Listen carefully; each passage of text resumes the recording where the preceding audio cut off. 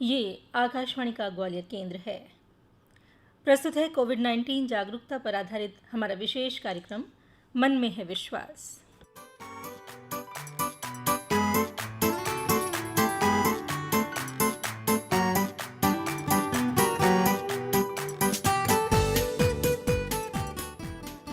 कार्यक्रम सुनने वाले सभी साथियों को तुलिका का नमस्कार। कुर्बानी के इस त्योहार ईद उल जुहा की भी बहुत बहुत मुबारकबाद। आगे आने वाले दिनों में श्रोता साथियों कई त्योहार एक के बाद एक आने वाले हैं। इस कोरोना काल में त्योहार मनाते समय हमें बेहद सतर्क रहना है। कैसे मनाएं इस दौर में हम अपने त्योहार, आज अपने इस कार्यक्रम में हमने अपने अतिथियों से यही बातें की हैं।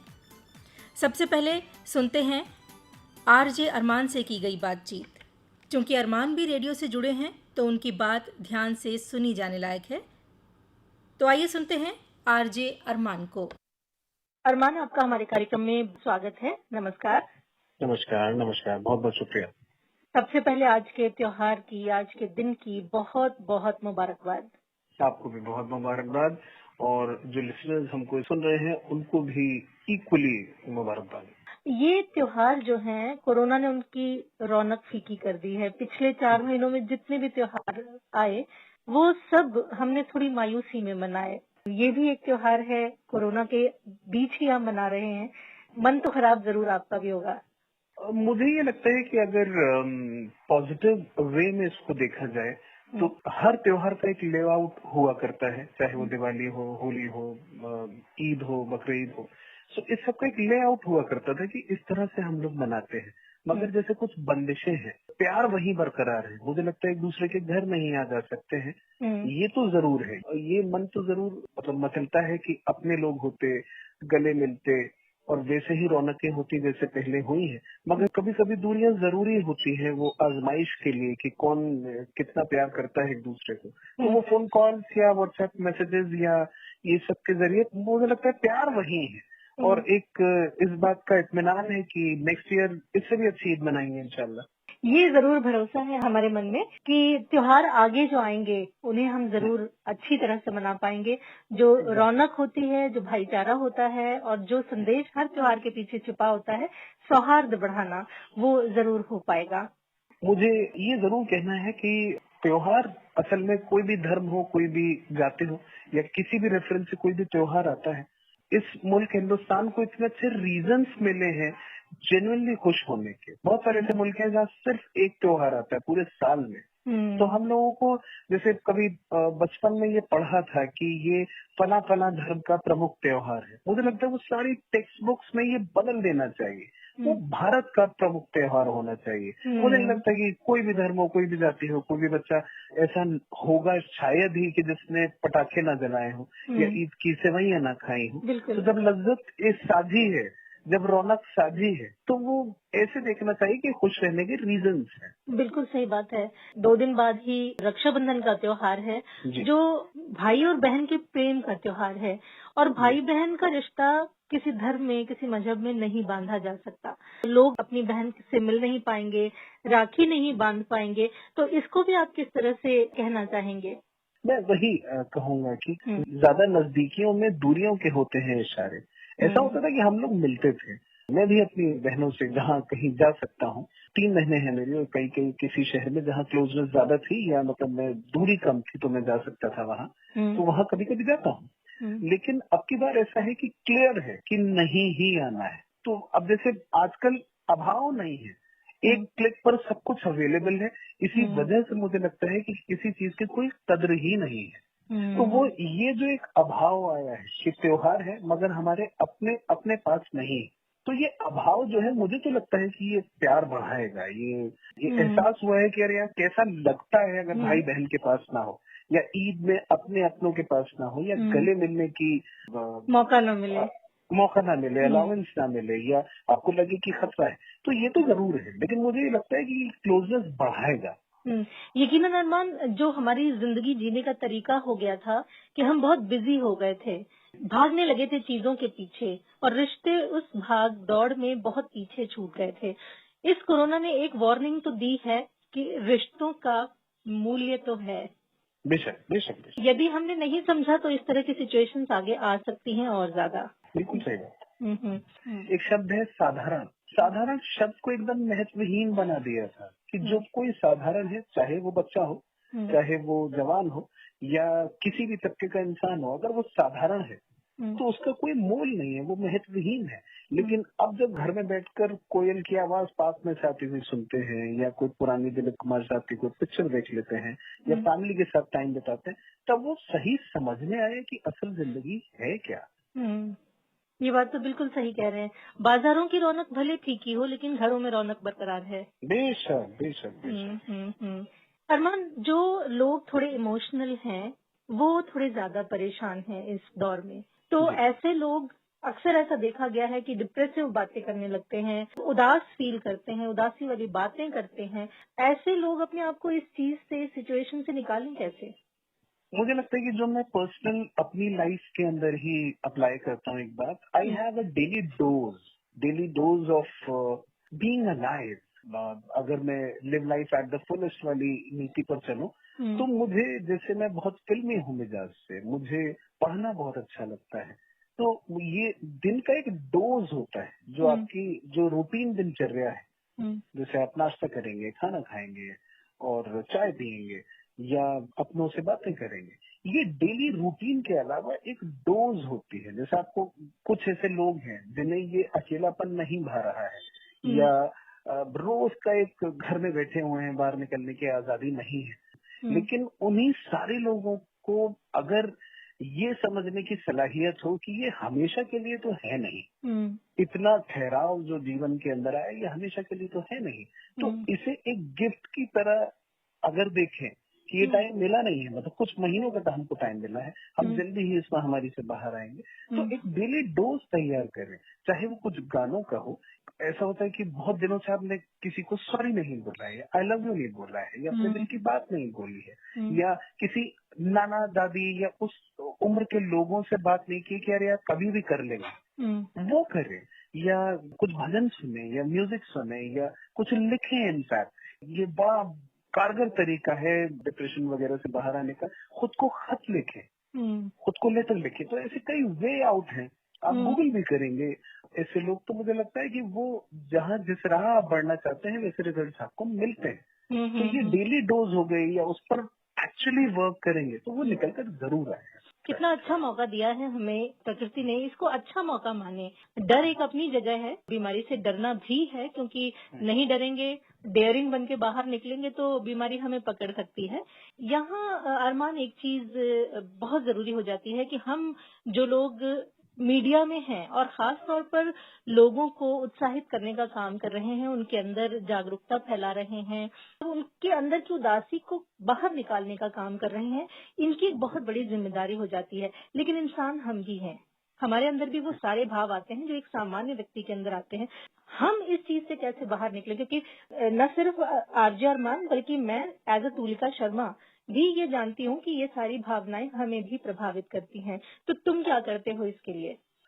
ये मनुष्य प्रवृत्ति है कि सब कुछ अच्छा चल रहा हो, सब कुछ लाइफ में सेट हो, उसके बावजूद महीने के अंदर 3-4 दिन ऐसे आते हैं जब आपको अपने वजूद को लेकर सवाल होते हैं, अपने प्रोफेशन को लेकर सवाल होते हैं, या मैं और कुछ कर सकता था, ये मैं क्या कर रहा हूँ, इस तरह के सवाल आते हैं। मुझे ये लगता है कि उस वक्त डिफेंसिव नहीं होना है। मतलब ये सवालों ने आपको परेशान किया, उस टाइम क्या होता है, आप बिस्तर पर पड़े हुए हैं तो पड़े हुए ही हैं, आप शून्य में निहार रहे तो निहार ही रहे। ये है डिफेंसिव तरीका। उस पर मुझे लगता है अटैक करना चाहिए। जैसे मैं नोट्स बना लेता हूँ, कुछ की नोट्स बना लेता हूँ कि अच्छा भाई आज उलझन है, किस बात की उलझन है बताओ। तो when you talk to yourself, Javed Akhtar साहब ने बड़ी प्यारी बात कही है कि बगिया बगिया बालक भागे, तितली फिर भी हाथ न लागे, इस पगले को कौन बताए, जो कुछ पाए तो मन में ही पाए। तो अंतर मन में जाने का इससे अच्छा मौका तो मिलेगा ही नहीं। तो जब आप जाएंगे तो आप खुद से पूछें। अच्छा, ऐसा होता है कि कभी कभी आपको लगता है कि आपके हस्बैंड, आपकी वाइफ, बॉयफ्रेंड, गर्लफ्रेंड, या फिर आपकी सिस्टर, या कोई ऐसा कंपेनियन आपको ये बताएगा। मैं अपने पर्सनल तजुर्बे से बात कह सकता हूँ, जब वो कंपेनियन जो आपको सही सलाह दे ये आपका तैयार हो जाता है, तो फिर आपको किसी तीसरे की जरूरत ही नहीं है। मतलब you are talking to yourself. आपके जितने भी डाउट्स हैं जब आप ही क्लियर कर रहे हैं तो वो बहुत प्यारी बात है। तो नोट्स बनाएं, खुद से पूछें कि हाँ भाई ये डिप्रेशन जो आ रहा है, ये उलझने जो आ रही है कहाँ से आ रही है, इसके की नोट्स क्या है, and start working on it. आज बकरीद के खास दिन जो एक कुर्बानी की बात कही जाती है, कुर्बानी का मतलब त्याग है सीधे सीधे से अर्थों में अगर देखा जाए, तो आज किस चीज की कुर्बानी की सबसे ज्यादा जरूरत है? कहानी के तौर पर तो सबको पता है कि आज के दिन ऐसा क्या हुआ था जिसकी याद में ये मनाया जाता है। मैं ब्रीफ में बता दूं कि पहले क्या हुआ था और होना क्या चाहिए। हुआ यूं कि हजरत इस्माइल थे जिनका अल्लाह में बहुत यकीन था और उन्हें एक ख्वाब आया। ख्वाब में कोई उनसे कहता था कि अपनी सबसे प्यारी चीज कुर्बान कर दो। तो पहले पोजीशंस पर निगाह डाली गई कि क्या क्या हमारे पास ऐसा है, लेकिन बात नियत की थी। पहले तो वो ख्वाब दरकिनार किए गए कि हो सकता है कि आ गया हो ऐसे ख्वाब, मगर वो ख्वाब रिपीट होता रहा, बार बार आता रहा। तो सोचा गया कि सबसे ज्यादा मुझे क्या अजीज है, सबसे ज्यादा क्या प्यारा है। तो फिर तब ये दिल से आवाज आई कि मुझे अपना जो बड़ा बेटा है जो कि 13 साल का है, इस्माइल, उससे बहुत ज्यादा प्यार है और उससे प्यारी चीज मुझे दुनिया में कोई नहीं है। ये सोचकर वो रो दिए। मगर वो ख्वाब आता रहा और उन्होंने नियत की। मक्का के शहर में एक अरफात नाम का पहाड़ था, तो वो अपने बेटे इस्माइल को लेकर गए और उन्होंने पूरी नियत कर ली थी कि अगर अल्लाह की यही मर्जी है तो मैं ये कुर्बानी दूंगा अपने बेटे की। उधर शैतान ने बीबी हाजरा से, जो कि हजरत इब्राहिम की बीवी थी, तो उनसे कहा शैतान ने जाकर कि ऐसा होने वाला है कि तुम्हारा पति इतना जालिम है कि वो कुर्बानी देने वाला है। तो वहां से भी वही जवाब आया। ये नियत की एक बहुत प्यारी कहानी है, भगवान के प्रति अटूट आस्था और बेइंतहा मोहब्बत की कहानी है कि बीबी हाजरा ने भी यही कहा कि अगर अल्लाह को यही मंजूर है और सबसे अजीज चीज चाहिए तो वाकई हमें अपने बेटे इस्माइल से बहुत प्यार है।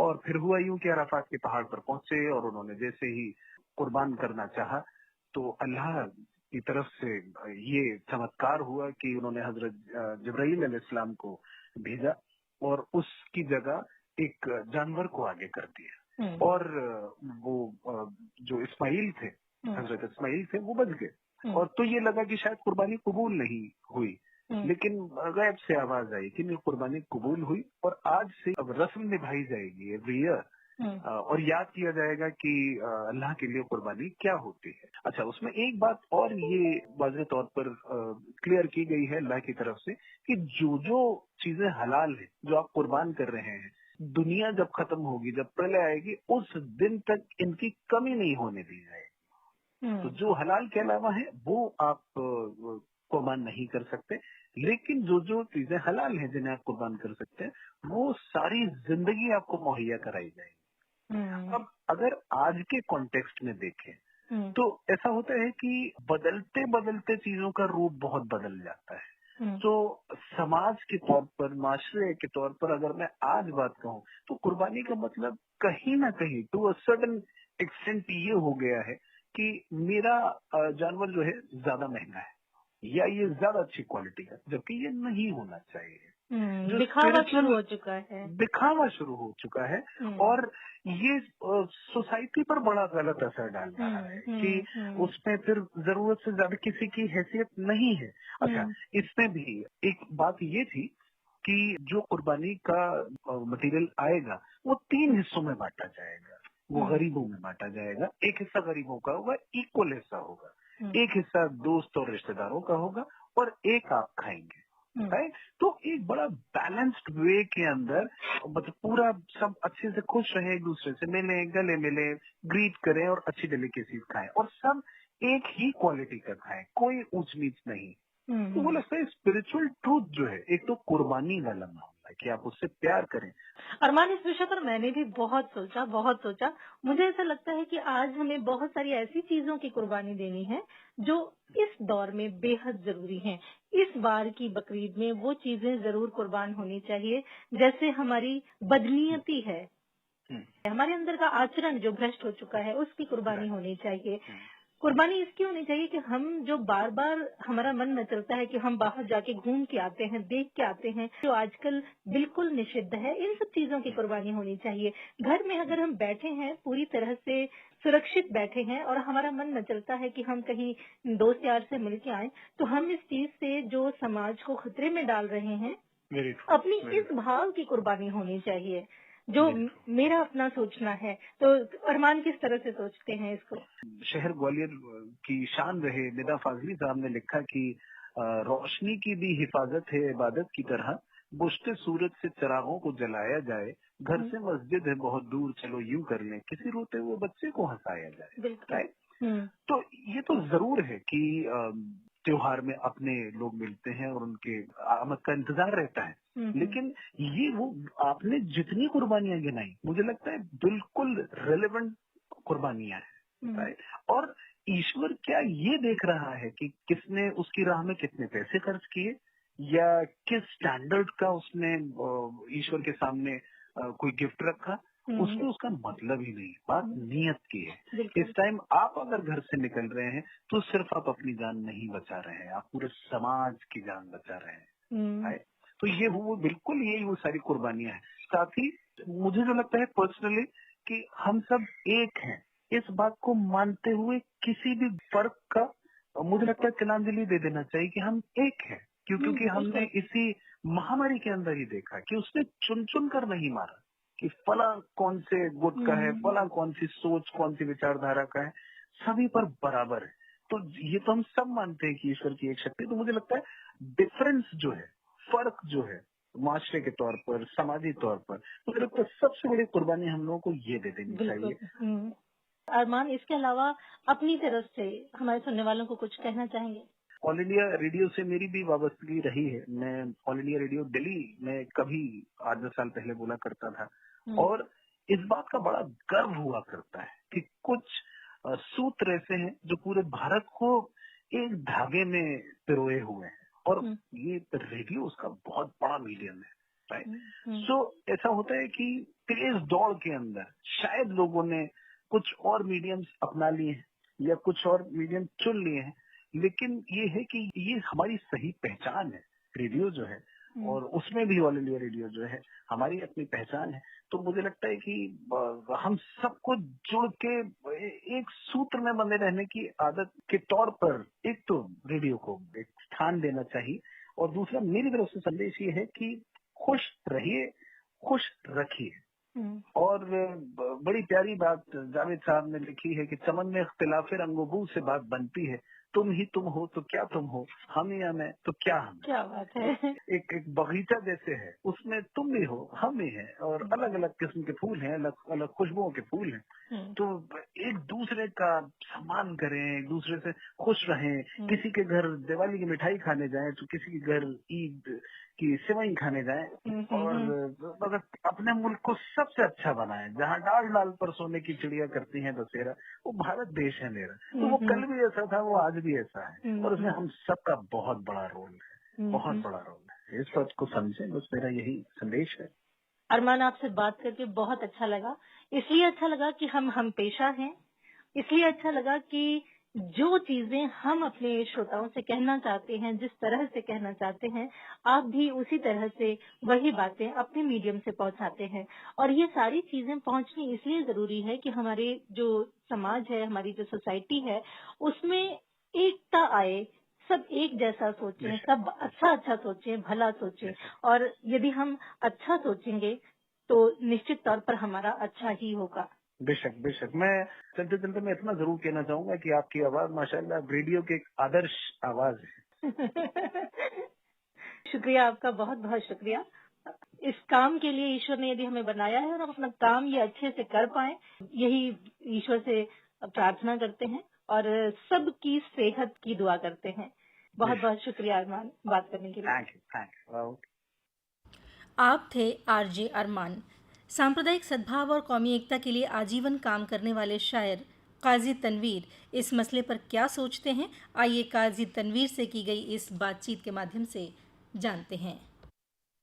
काजी साहब, आपका हमारे कार्यक्रम में स्वागत है। नमस्कार। जी नमस्कार। नमस्कार। काजी साहब, हिंदुस्तान जो है वो अपने त्योहारों के लिए जाना जाता है। स्ट्रेस बस्टर्स होते हैं ये त्योहार। फिलहाल त्योहारों की रौनक फीकी है। हर एक जी। त्योहार को कोरोना ने प्रभावित किया है। पहले तो हमें ये बताएं कि ये त्योहार जो है वो हमारी भारतीय संस्कृति में क्या महत्व रखते हैं, लोगों के मन पे क्या असर डालते हैं, समाज पर क्या असर डालते हैं?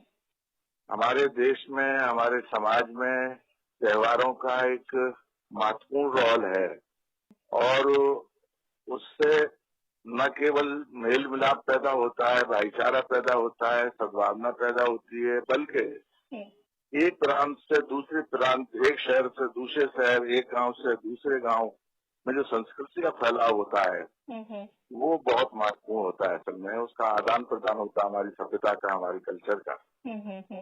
इसलिए ये त्योहार जो भी बुजुर्गों ने बनाए हैं बहुत सोच समझ के बनाए हैं और ये त्योहार कहीं ना कहीं ऋतुओं से जुड़े हुए हैं, मौसम से जुड़े हुए हैं। हाँ जी, बिल्कुल। जब जब मौसम बदलता है तो उस प्रकार का त्योहार, जब कभी ऋतु बदली तो उस तरह का त्योहार।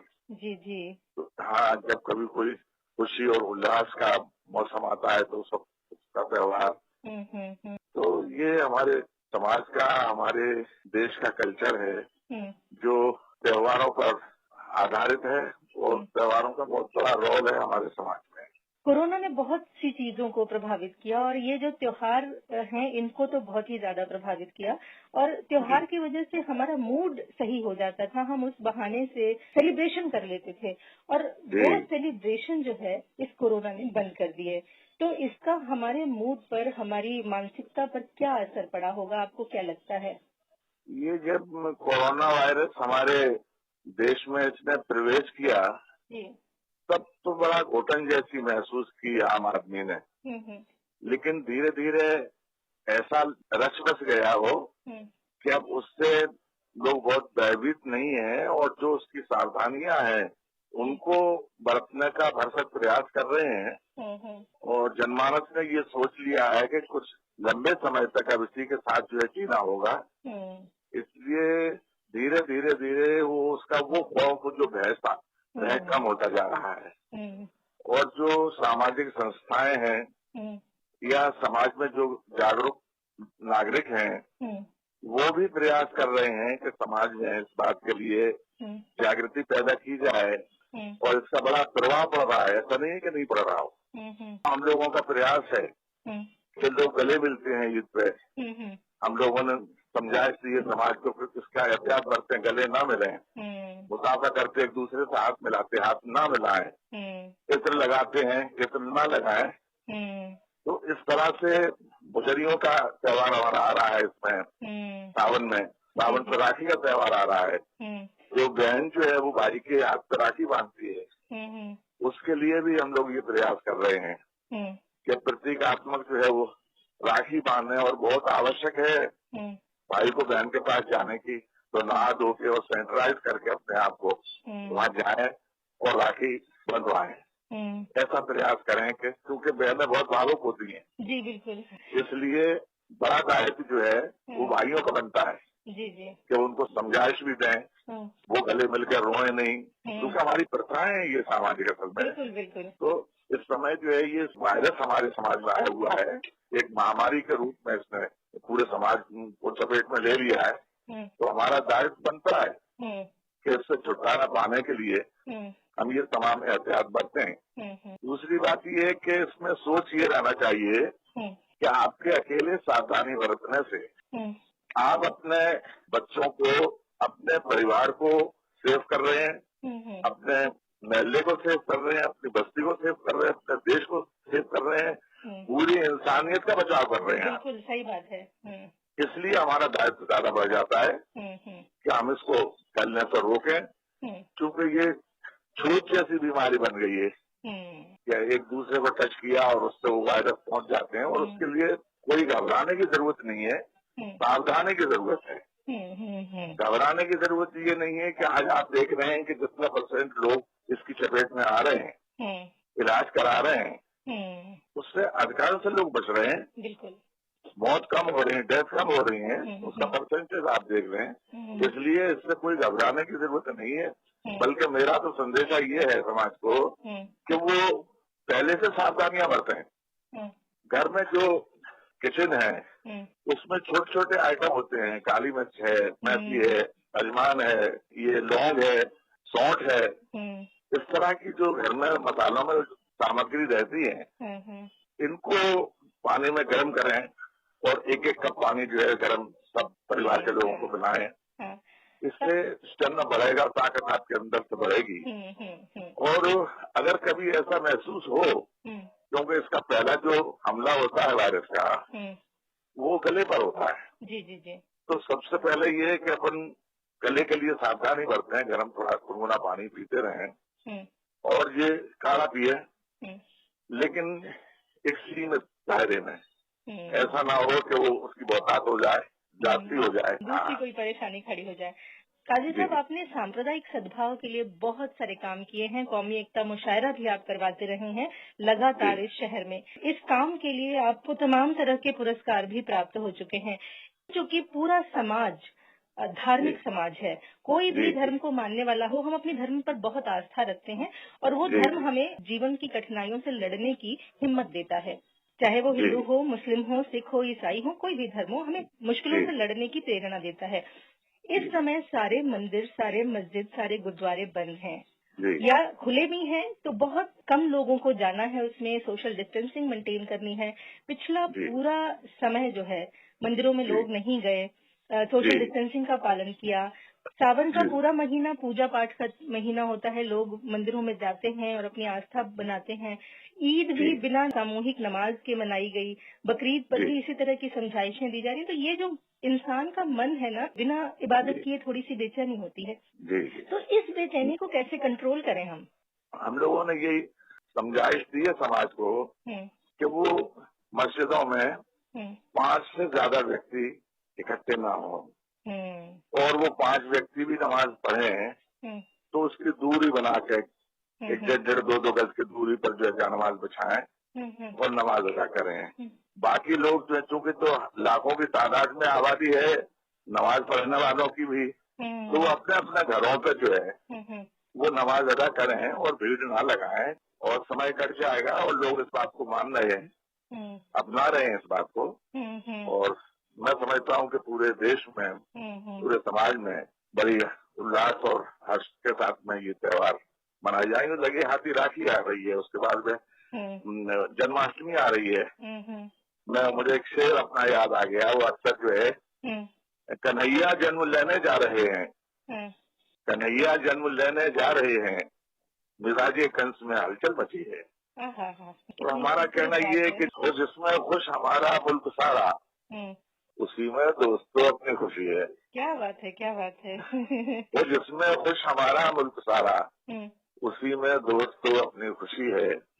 तराने एकता के गूंजते हैं, यही तनवीर अपनी शायरी है। क्या बात है, क्या बात है। काजी साहब, ये समय जो है वो मेरे को लगता है मिसालें कायम करने का समय है। तो हमें मिसालें कायम करनी है कि आने वाला वक्त जो है वो बताए कि उस समाज ने किसी मुसीबत से कैसे लड़ाई की थी।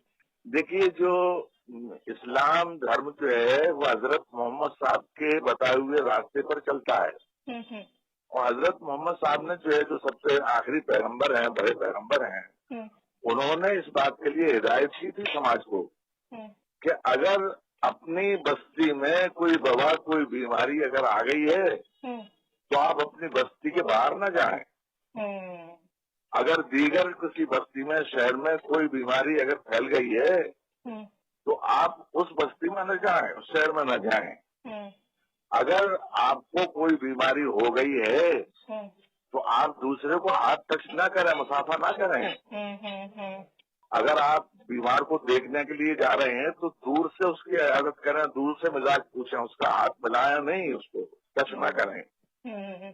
तो जब हजरत मोहम्मद साहब ने ये बात कही है तो तमाम लोगों को अमल करने में कोई दिक्कत नहीं जा रही है और बहुत अच्छे ढंग से लोगों की समझ में आ रही है ये बात।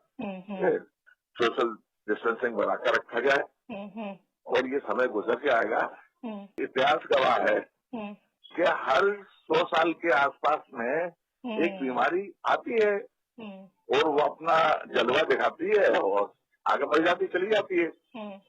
तो इस तरह से ये बीमारी आई है हमारे समाज में, हमारे बीच में, और हम लोग अपनी एकता, अपना सद्भाव, अपनी होशियारी से इसको जो है टाल देंगे, आगे बढ़ा देंगे, ऐसा हमको विश्वास है। और आपके माध्यम से ये भरोसा हमारे समाज तक पहुंच रहा है, हमारे सुनने वालों तक पहुंच रहा है, और हम उम्मीद करते हैं कि ये जो समय है हम बहुत अच्छी तरह से निकाल लेंगे और इस बीमारी पर जीत हासिल करके फिर से उसी तरह सामाजिक सद्भाव के साथ जीते रहेंगे। काजी साहब, बहुत अच्छी आपसे बातचीत हुई, बहुत बहुत धन्यवाद आपका।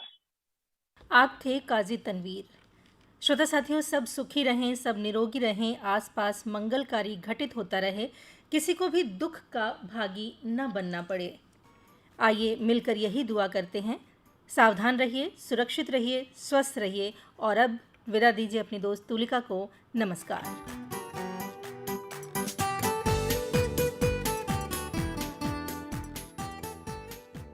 अभी आप सुन रहे थे कोविड-19 जागरूकता पर आधारित हमारा विशेष कार्यक्रम मन में है विश्वास।